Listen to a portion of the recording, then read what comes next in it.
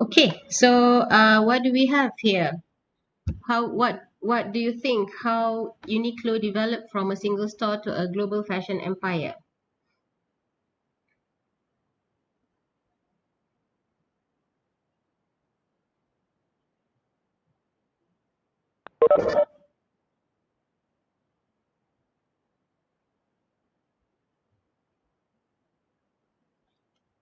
Anybody?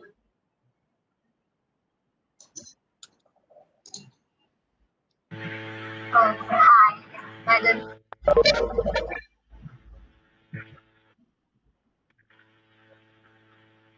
Can you hear me? Am I? Yes. Assalamualaikum. Waalaikumsalam. I think the Uniqlo is so successful because four, four parts. Mm-hmm. I think in my opinion.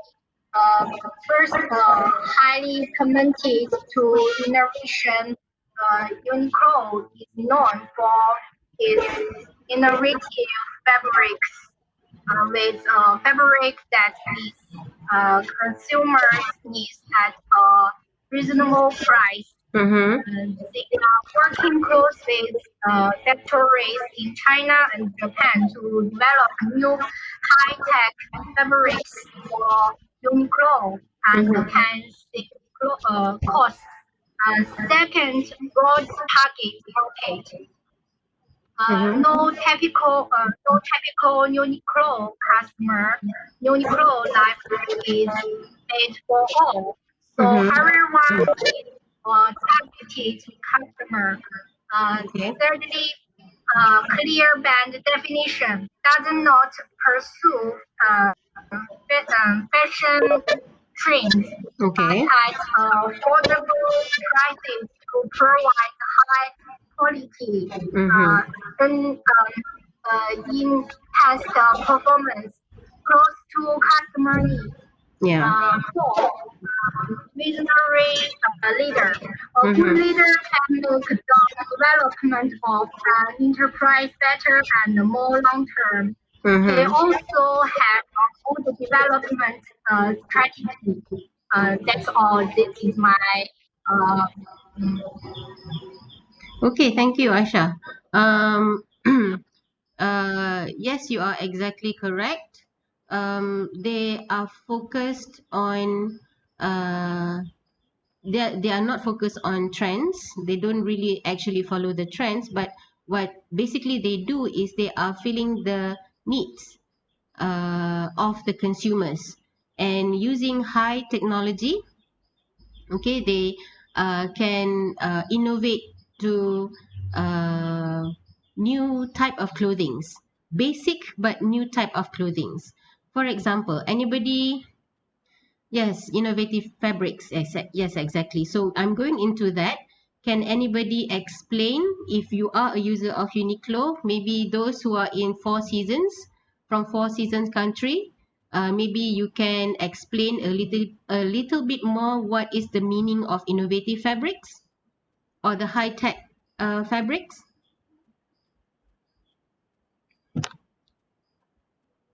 uh,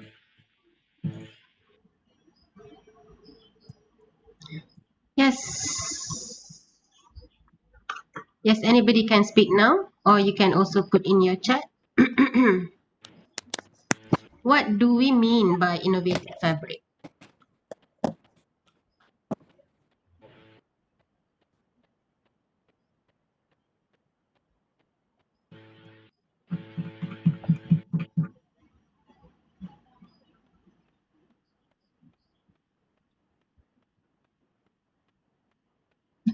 Anyone, you can also type in the chat. I cannot hear you, Aisha, if you are speaking now. um, I think in article also talking about this. Uh, they use premium natural materials such as cashmere, extra fine, merino, and so on. Yeah.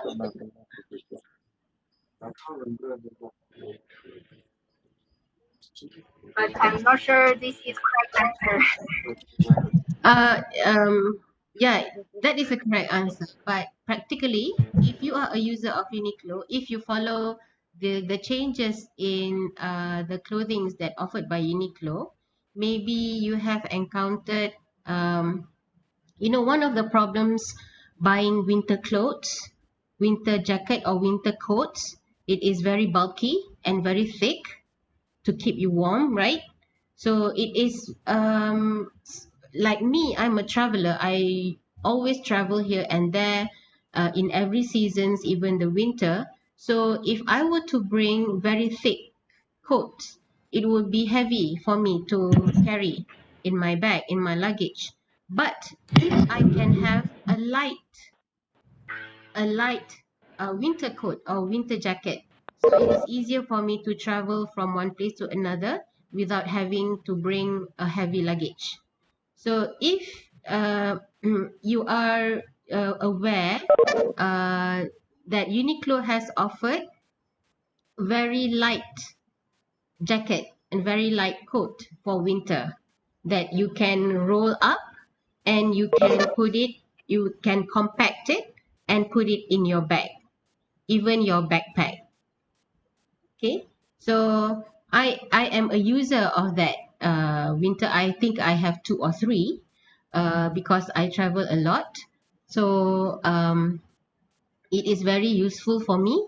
Although it is not like so trendy, it just like any other coats, any other jackets, winter jackets, but it is very convenient for me to bring because it's very light and I can roll it up and save space in my luggage.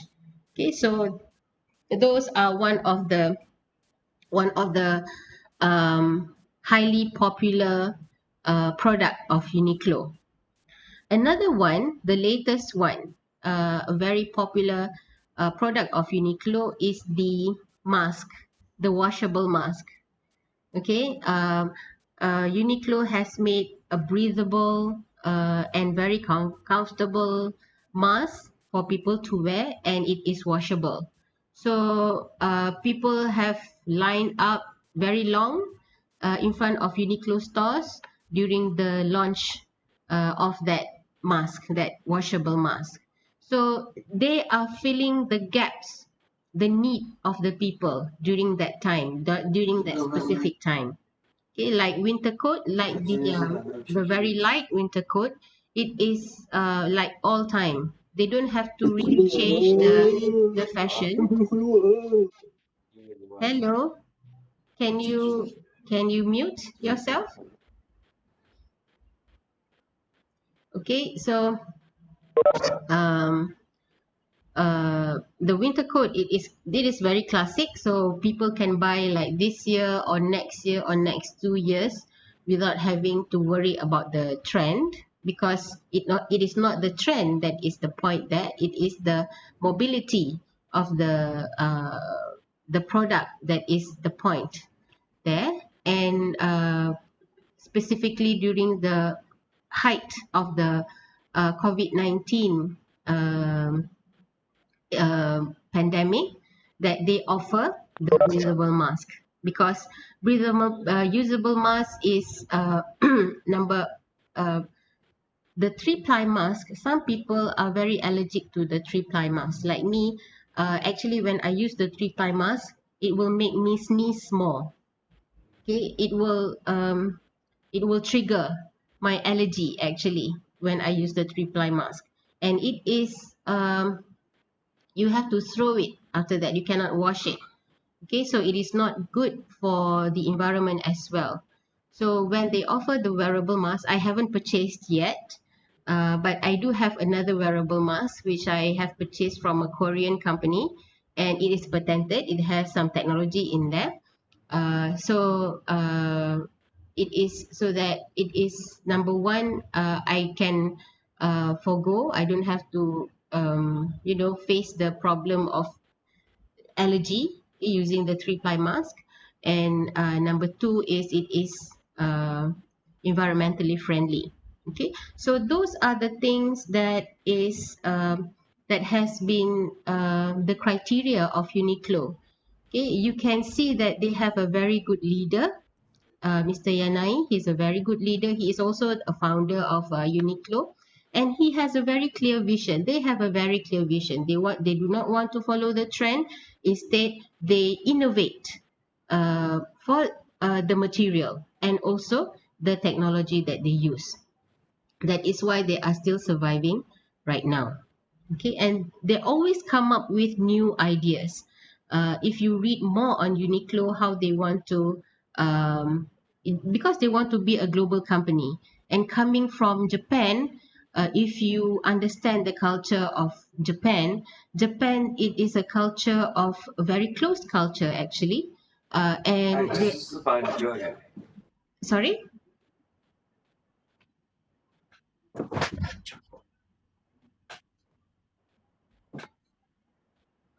It's a very close culture. So when they become global company, it is unlikely they can success as well as other companies from other countries. Okay, so they need to change their mindset and all that. And Mr. Yanai is very good at doing that. Yes, Aisha has added here Uniqlo's dry stretch pants. Yes, dry stretch pants are made using technology that dry sweat immediately. Yes, that is also one of the hit product of Uniqlo. Okay. All right. So let's move on. Thank you very much. You all have done a very good job. Uh,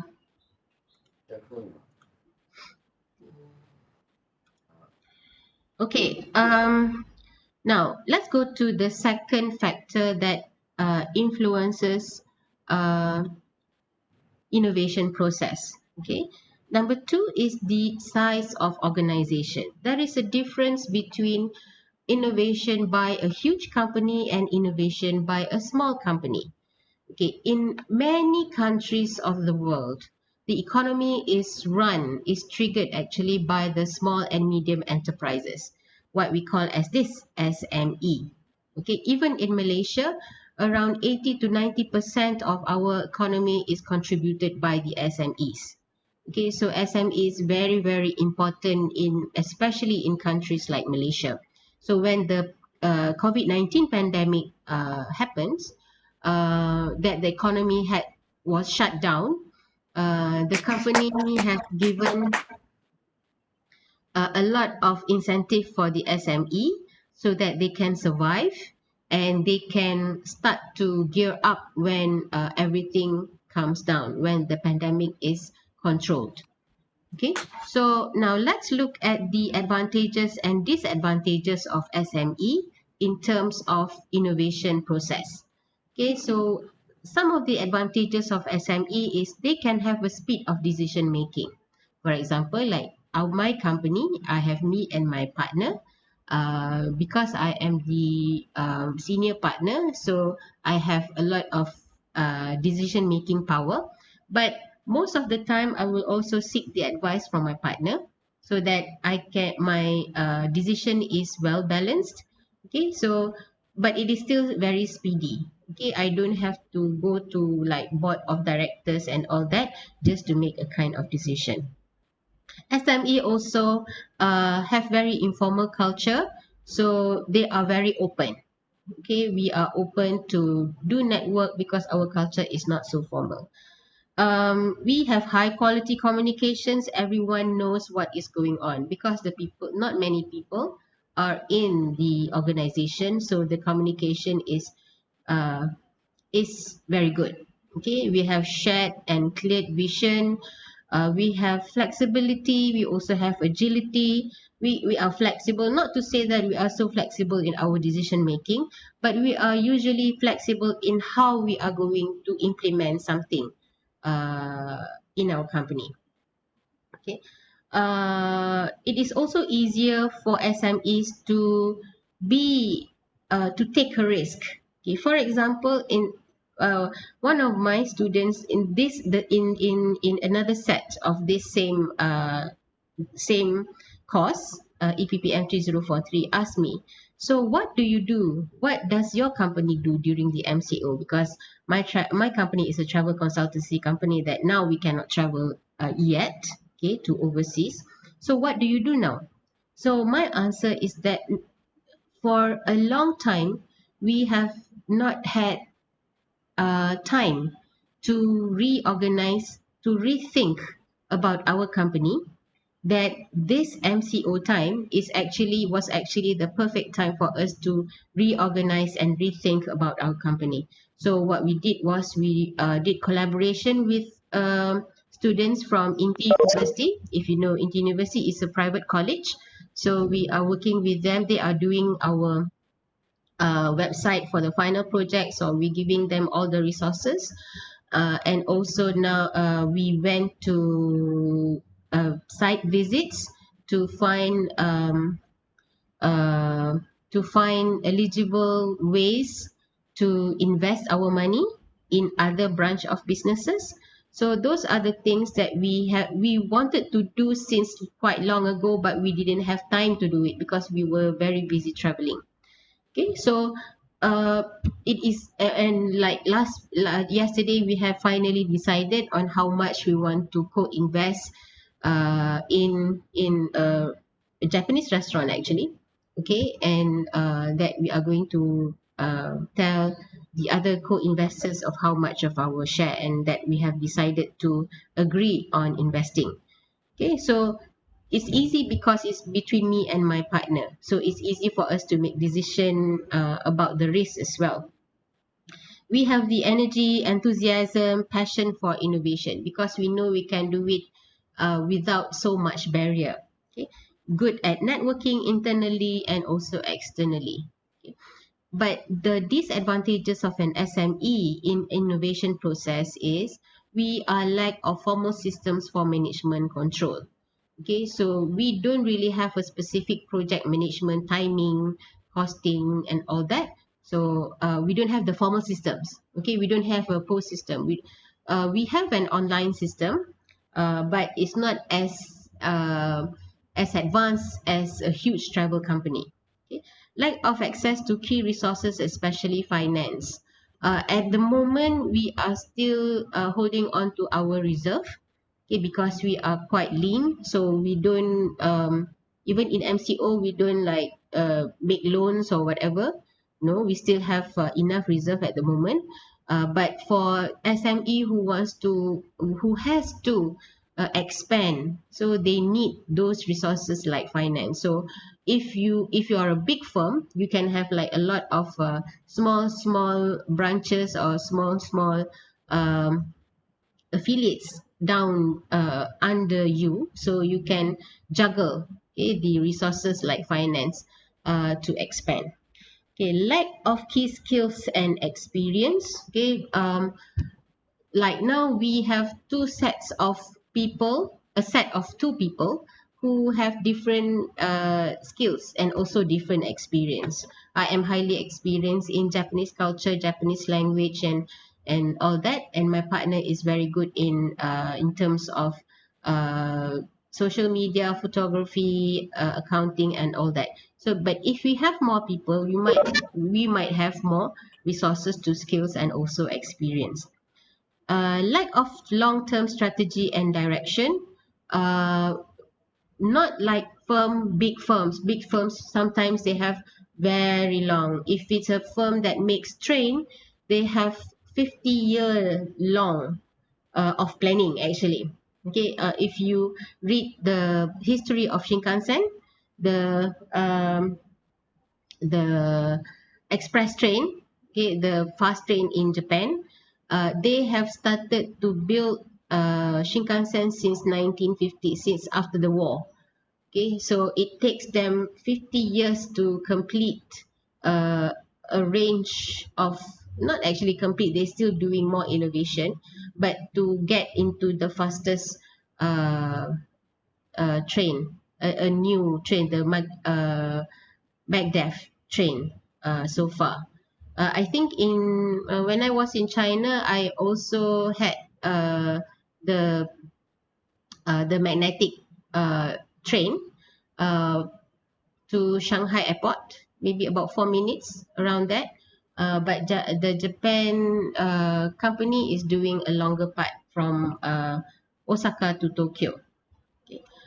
But I think China is also uh, at par in terms of technology with Japan. But I'm talking that is big companies. Okay, small companies like us, we don't have that long term strategy. Lack of structure and succession planning. Yes, we have not yet think who will take over this company after us. Not yet. Okay, poor risk management, lack of application to detail, lack of systems, lack of access to resources. So these are some of the barrier that SME has, and also the advantages that SME has in order to run their innovation process. So size of organization can influence the process of innovation. Okay, so that those are the two things. That which means number one, sector, number two, size. So sector is different, sector have different priorities. Like I said, pharmaceutical will do it differently, public sector will do it differently. Okay, and also it depends on the size. If a small firm may prefer certain things, or they have certain size of resources, certain access, but the larger firms, they have uh, more access to resources and all that. Now, apart from that, apart from number one and number two, there are also number three, four, five, six, national systems of innovation. Okay, the third thing that influences innovation process is the national systems of innovation. Different countries have different kind of support system for innovation. Okay, different kind of policies. China will have different kind of policies than Malaysia, than Singapore, and than Europe comparatively. Okay, so it will depend. Okay, it will depend on the national system.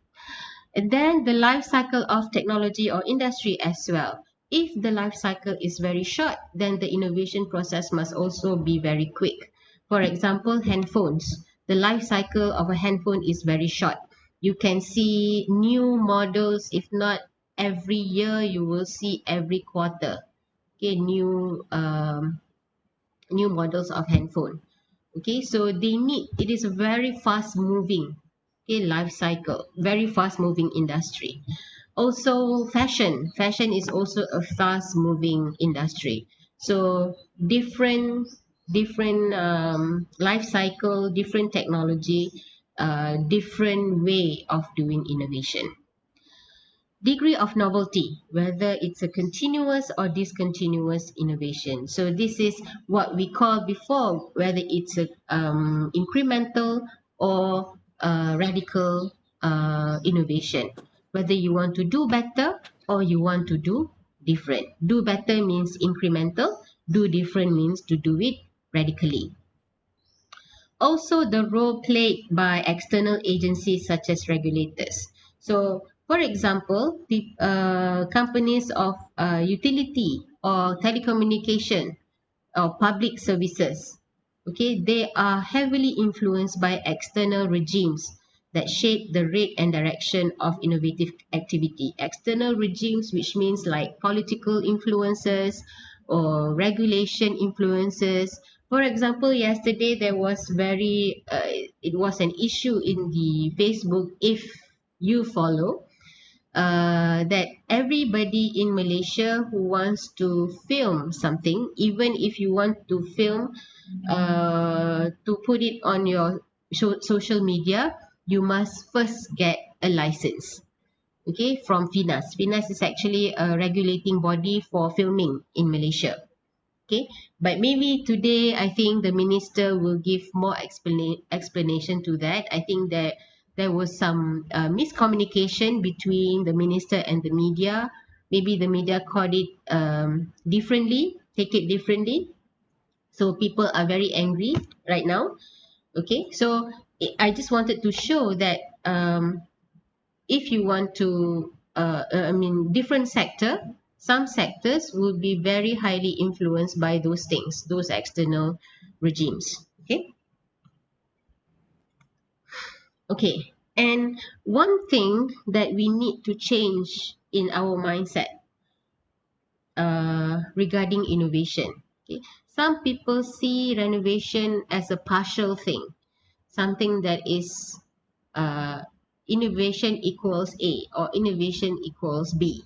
Okay, very compartmentalized view. Okay, but let us think like this: if innovation is seen as something partial, okay, for example, if you think innovation is equals to strong R&D capability, okay, the result can be the technology which fails to meet user needs needs may not be accepted, okay, which means that technology that fails is not an innovation. Well, I have mentioned before that innovation is called innovation when it brings value to the people, okay, but we also need to understand that it doesn't mean that if a technology fails, okay, it is not regarded as innovation. Okay. It may fail right now because the consumer did not understand the use of the technology. Because some innovations we have to push, okay, to the people because they don't know that they need it actually. Okay, let me give you an example. Since I am in the telecommunications technology before, okay, when I was working like about more than 10 years before, there was a change from analog broadcasting to digital broadcasting. Okay, analog broadcasting is if you have like analog TV, the big bulky TV, and you switch on the TV, that is analog broadcasting. Digital broadcasting is when you can have a lot more channels. You can see channels from overseas, you can see BBC, you can see channels from Japan, from China, from Indonesia, and other countries as well. So there are a lot of channels. Okay, analog broadcasting can only offer you just a few channels. So in Malaysia, we are used to analog broadcasting. We have had analog broadcasting, so it's about like less than 10 channels. Okay, so uh, when the movement around the world, okay, want to change to digital broadcasting so that we can put more channels, people can see more channels in the broadcast, people start to question, do we need this? Because you will need to change your TV because your TV is using tuner analog, analog tuner. So do you have to buy a new digital TV using a digital tuner? Or if you want to stay using the analog TV, you need to buy another device, what we call as the set-top box. If you watch, anybody of you has Astro, you will have to have that set-top box to change, okay, to interchange between the analog and also the digital broadcasting. So people don't understand, okay, but it is actually very important. We need more channels for more not only actually channel for entertainment but a lot of other things we can use, right? Okay, so uh in certain time, okay, the market in between may fall between the change from analog to digital TV. Okay, so what the government has to do is they need to push, okay, they need to help and push the industry.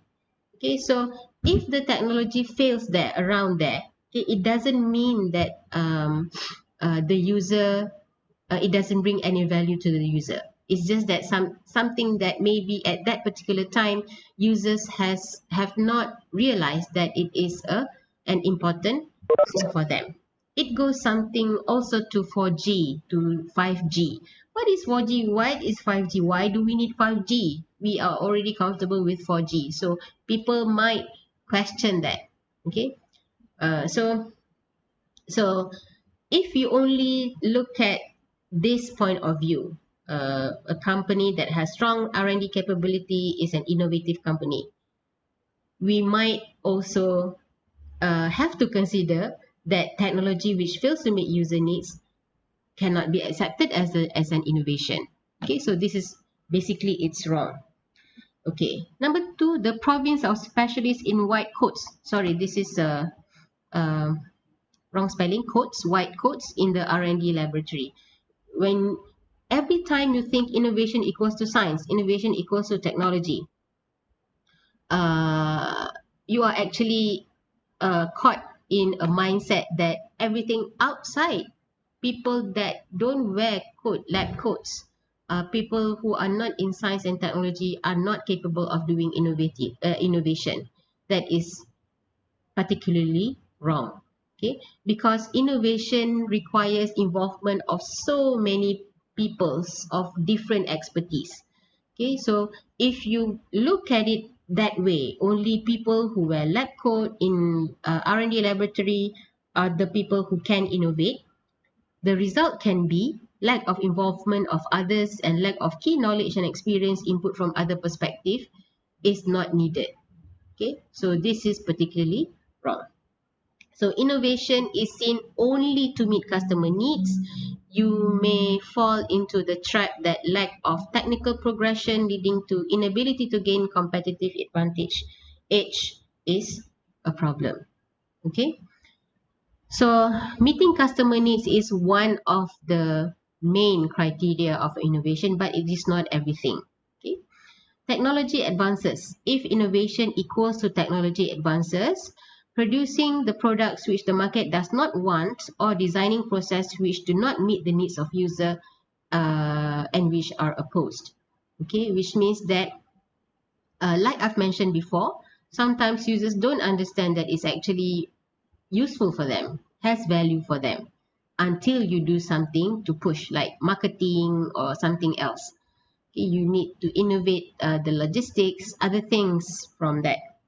Okay, uh, if you see innovation as the province of only the large firms can do it.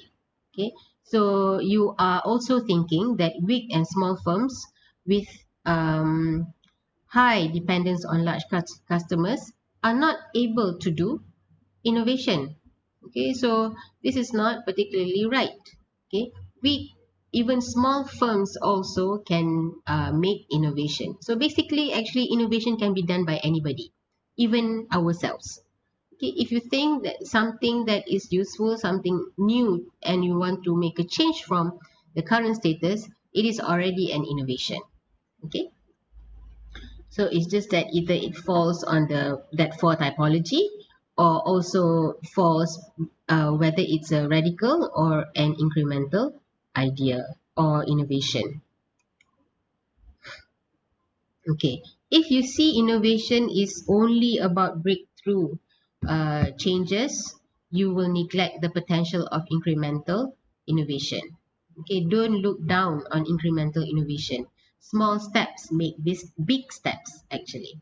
Okay, only as if you see innovation as only associated with key individuals, the result can be failure to utilize the creativity of the remainder of the employees and to secure their inputs and perspectives to improve innovation. Innovation happens not only around the scientific people, but it also needs the cooperation, the knowledge, the input from people who are not within. Okay, people from arts, people from creative sides. Okay, they are also uh, give a lot of uh, contribution in an innovation. Like if you go to, especially for ladies, girls, if they go and buy a laptop, the first thing they would see is the design of the laptop, not actually the performance of the laptop. Okay, so that also contributes to the value of the laptop if you are a seller. Okay, only in if you see innovation as something that's only internally generated, you will have this not invented here syndrome. It means that you will not listen to other people's advice because it's only internal. Okay, only you and your friends in the same company can make it, so you will not listen to other useful advices, or you won't listen to your customer, your users. Okay, so that is Very wrong. And if you only think that innovation is externally generated, not you are not capable of doing innovation. Only those people, those certain people can do innovation.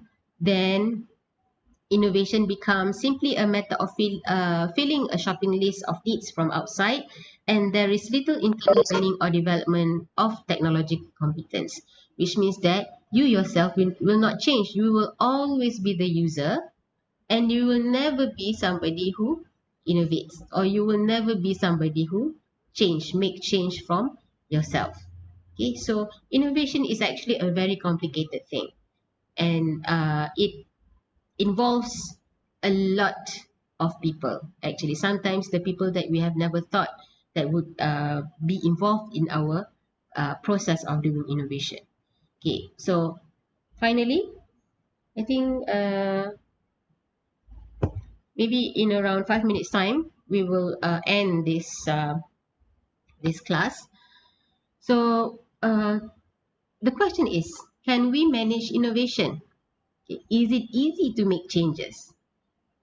Okay, so if you are in a firm or in a large organization, it can be harder for you to start to kick off, to kickstart an innovation.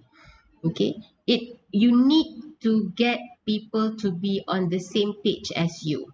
Okay? If you are a leader, you need to explain to them why is it important for us to change, why do we need to change, what are our strategies, what are we heading for, what is our final target. So you need to make them understand, you need to justify why you need to change.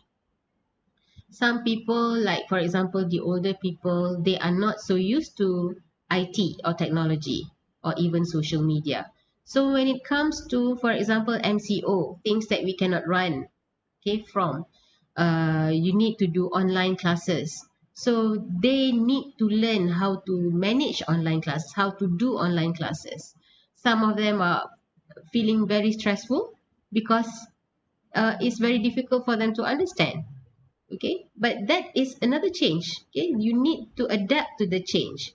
So if you are a leader that has those kind of people, you need to help them, okay, to understand, and you need to help them to make the change. You need to, for example, organize training for them, so that, or you need to help them, okay, to be able to adapt to the new technology, or so that they can make the change. Okay, so there are some types, okay, a few types of firms. Okay, type A, okay, passive firm. Okay, how far firm is aware of need of change. If they have low awareness and low preparation, it's a passive firm. Some firms, they are reactive. Okay, the leader say, okay, we want to change, but the others in the company, they don't understand, so they reactive, they don't want to change. Okay, they are quite reactive, the response is quite reactive. Okay, they, but they need to make the change, they do the change. Okay, there are type C firms who are strategic. Okay, they are strategic in doing the change, so they understand they are this kind of people in the organization, you need to train them, you need to make them understand, and so that, and so forth, and they make them understand where we are going, so they are quite strategic. And there are also firms who are creative. Okay, creative in managing their innovation. Okay, so there are many types of firms, so it depends on where you will belong to, okay, and how you are going to manage. Basically, managing innovation is managing people. Okay, unless you are working with robots, you can always program the robots. Okay, but it is quite difficult to program a human, so you need to be able to justify why you need to do the change, and you need to assist them and follow through during the change. Okay, so for your homework, so this is not an assignment. Okay, just something for you to think about, and because I will ask this during our next class, In your opinion, what are the factors that contribute to the success of innovation? Okay, you can send your answer, you can PM me, you can DM me in Telegram. You can also put it in the Telegram group, okay, when you are done, so it is easier for you to present. If we don't have time for you to present, on the next class I have already had your answer already. Okay, is there any question? Nope. No question. Okay, Yep. so I hope you have already filled in the attendance form and also bring this back, okay, this question back for you to ponder. Okay, and I see you again next Wednesday. Yeah. Yeah. Okay.